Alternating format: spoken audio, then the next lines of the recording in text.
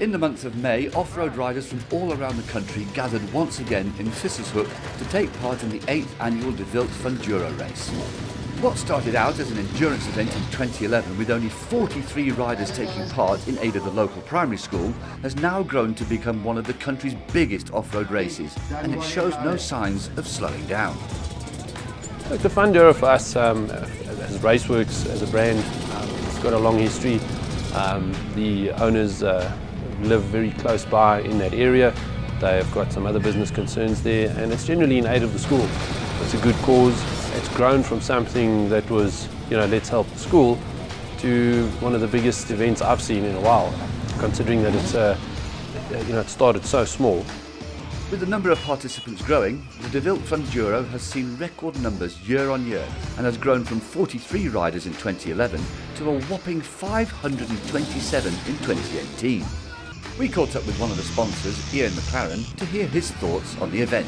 I had a personal race career. I started when I was 50 and ended when I was 60. And then it just got too much with me and I couldn't stay away. We found at first it was just a bunch of amateurs, guys having a good time. And we just slowly built up from then. It's the kind of thing that gets under your skin, in your blood, and you just simply can't stay away from it.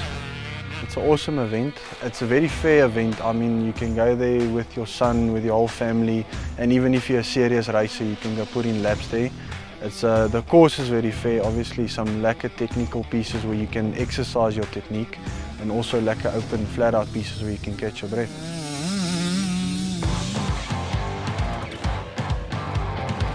With the help of locals and farmers in the area, the course runs across 42 farms with 2 different tracks to choose from that together span a total of 52 grueling kilometres.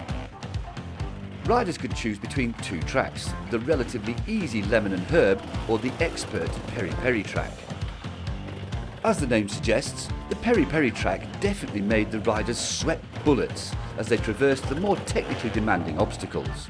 But don't be fooled, the lemon and herb was no walk in the park, as it had its own set of challenges for the riders to conquer.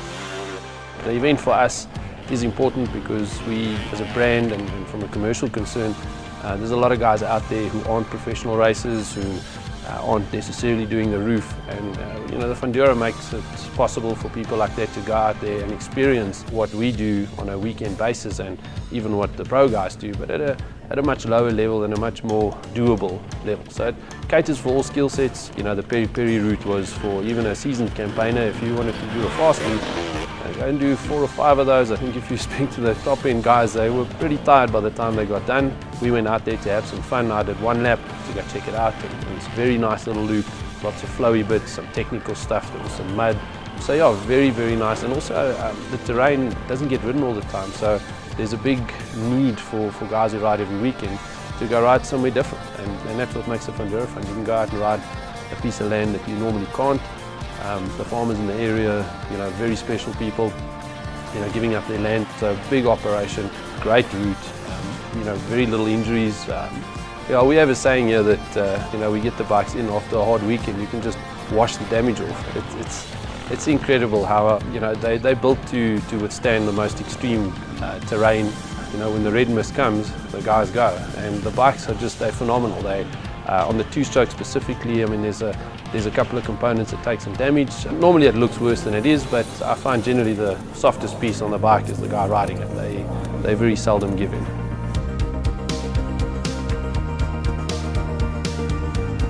Due to the nature of the course and its arduous obstacles, there were most definitely spills, falls, bumps and bruises along the way, and injuries are always part of the game.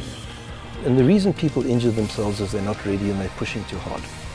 To go faster on a motorbike, you just open the throttle, but there are consequences. So the primary objective is to get the guys racing well within their capabilities quickly and to deliver good results. And then that's all about technique, obviously basic bike control, and obviously clutch control there. A key feature there is to keep that revs at the right revs and then use the clutch to get over. A lot of people don't even handle the bike with foot pegs. They're just all on the handlebars. A lot of people fight the bike and then they end up being on the floor, where you have to make the bike work for you. Both routes started from the same point, with a few warm-up turns before facing their first obstacle, the steps. After hopefully clearing the steps, the riders set out onto the rest of the course, which had them navigating riverbeds, mountain streams, rocky hills and quarries, and short farm road stages in between. Both the Peri Peri and Lemon and Herb routes end with their respective obstacles before crossing the finishing line, where riders have the option to either make a pit stop or start a new lap. We asked Dennis for some pro tips. Yeah, look, obviously you have to hit it with a bit of confidence. Get your front wheel up high as possible onto the obstacle, and then obviously keep your revs consistent, and then rather accelerate or give power with the clutch, where most people just dump the clutch and they throttle on, and then it's like from 0 horsepower to 50 horsepower. Whereas we call it stored energy. If you have the throttle at a constant place, you can give 3, 5 horsepower, 2 horsepower, and then the bike will do the rest. The De Wild Funduro is definitely an event on the off-road calendar that casual riders and experts can look forward to with eager anticipation. We hope to see you all in 2019 for more dirt, sweat and tears, but mostly dirt.